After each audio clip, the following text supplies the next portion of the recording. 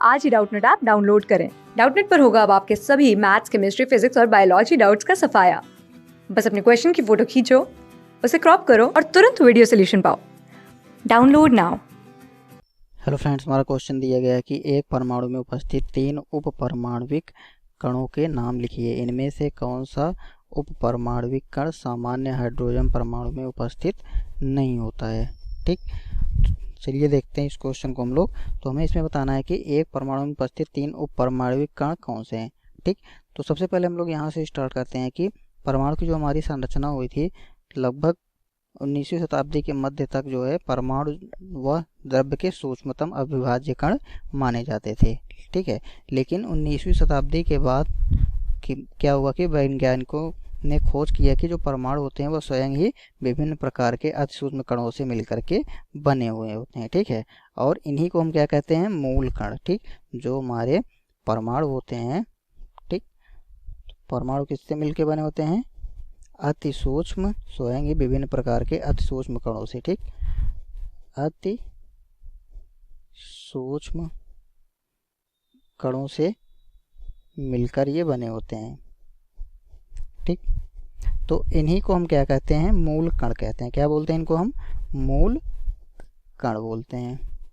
ठीक, अब फिर बात आती है हमारे जो मूल कण होते हैं, या इन्हीं को हम मूल कण या अवपरमाणविक भी बोलते हैं। क्या बोलते हैं, इसी मूल कण को हम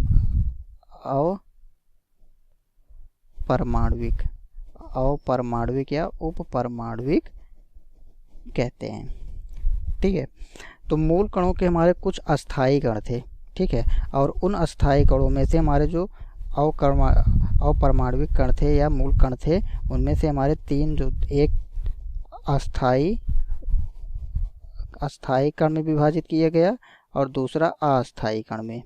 ठीक, एक तो हमारा अस्थायी कण था और दूसरा कैसा कण था, अस्थायी कण था। ठीक है, तो अस्थायी कण हमारा कौन सा था, अस्थायी कण में हमारे इलेक्ट्रॉन, प्रोटॉन, न्यूट्रॉन, ये हमारे अस्थायी कण थे। ठीक, और हमारे जो अस्थायी कण थे, अस्थायी कण में हमारे कौन से थे, पॉजिट्रॉन,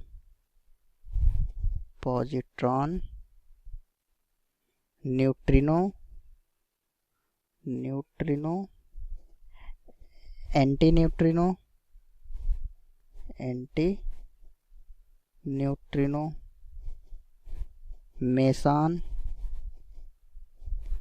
ये सब जो थे हमारे वो अस्थायी कण थे। ठीक, तो यही मूल कण जो हमारे दो, या मूल कण हम कह सकते हैं या अवपरमाणविक कह सकते हैं इनको। तो यही अवपरमाणविक जो हमारे थे, दो उनको विभाजित किए गए, एक स्थायी कण और एक अस्थायी कण। और जो हमारे परमाणु होते हैं, परमाणु में हमारे किन से मिलकर बने, तो परमाणु में उपस्थित हमारे जो 3 अवपरमाणु होते हैं वह हमारे जो होते हैं अस्थायी मूल कण होते हैं, यानी कि इलेक्ट्रॉन, प्रोटॉन और न्यूट्रॉन, ये हमारे 3 मिल उपस्थित होते हैं।